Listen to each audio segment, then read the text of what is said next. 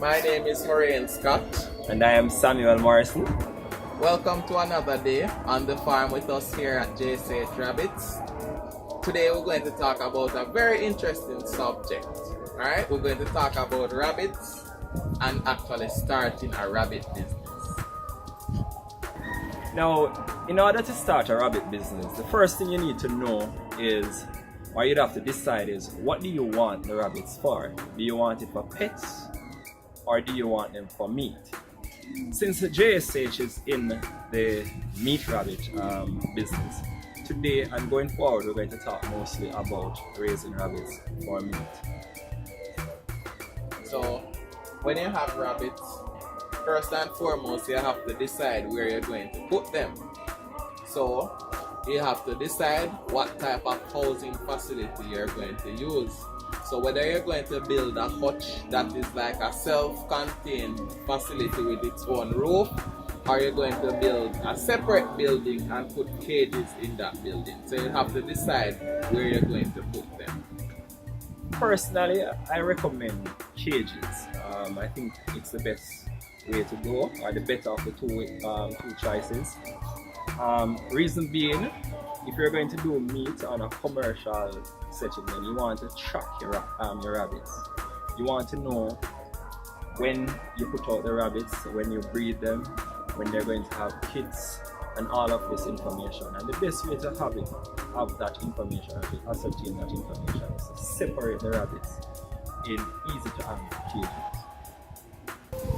Once you've decided what type of housing you're going to utilize, next thing, you need to have the equipment to effectively care for the rabbit. Alright? So you need to have your waterers and your feeders. Two examples of those instruments that you would need to provide the rabbits with their day-to-day needs would be this nipple. This nipple is actually a chicken nipple.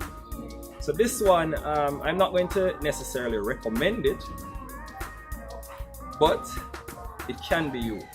On a large scale, I think you'd go for something more sturdy. But if you're doing it for pets, or you have only one rabbit in the beginning, then you can always use this one. There are some other options as it relates to waterers too, but it all depends on the scale at which you're going. So as Mr. Morrison said, as Samuel said, for a larger scale operation, you'd want to use some like an automatic watering system, which chicken nipples would come in handy too. You have other nipples that are specifically designed for rabbits, but it depends on what is available to you. You can improvise. Alright? If you have a small scale operation now, you can always use like the water bottles that some of the pet stores have. Alright? So aside from the waterers, you need feeders.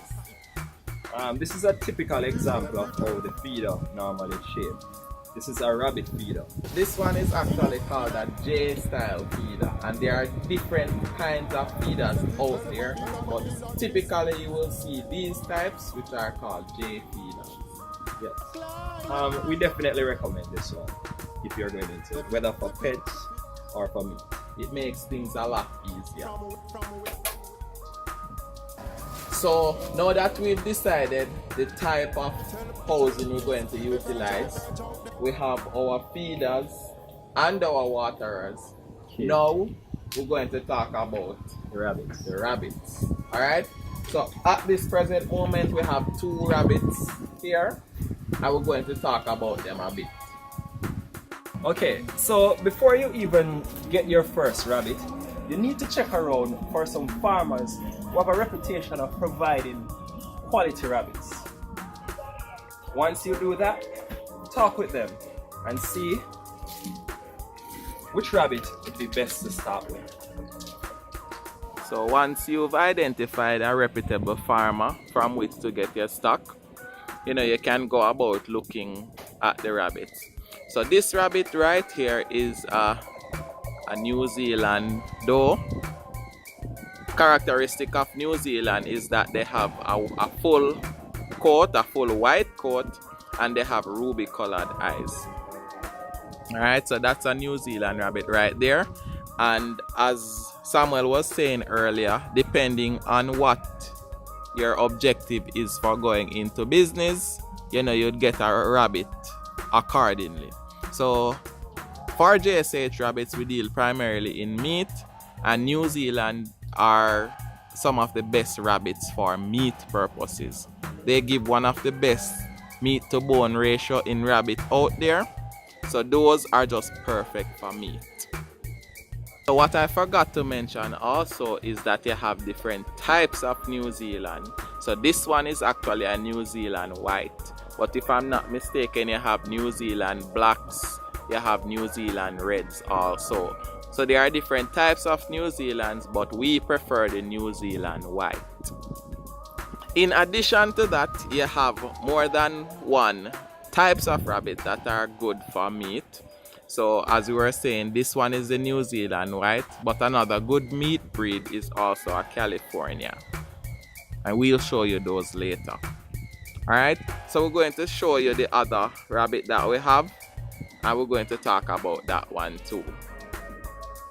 So this is the other rabbit that was in the cage. This is a nice rabbit, very beautiful. This one is actually a cross between a checkered and a checkered blue. Not sure if you're seeing it on camera though, but there's some slight blue coloration to the coat of this rabbit. This one is a good rabbit for meat as well. Produces nice size kits that will typically reach market weight in about 3 months. Alright, so in terms of our requirements currently, the rabbits must reach market weight in about 3 months.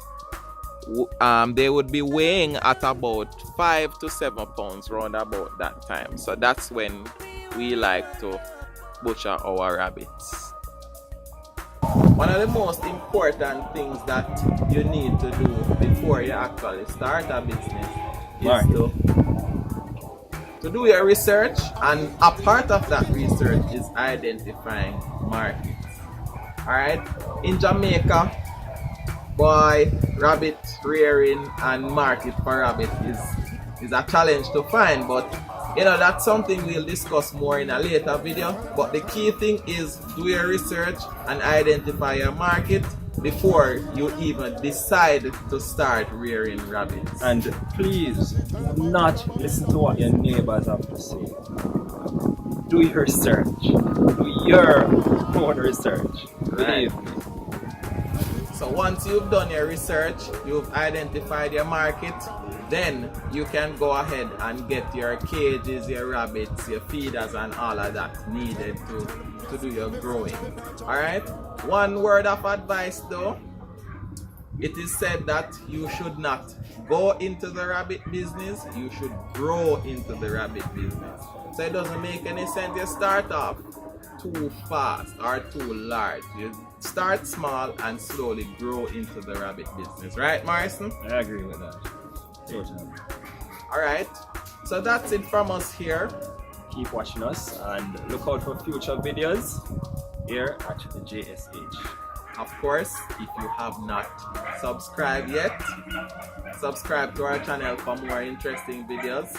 If you have any comments, be sure to leave that in the comment section. If you have any questions, any topics that you want us to cover, leave a link and we'll see how we can address those. Alright? So see you next time. Peace.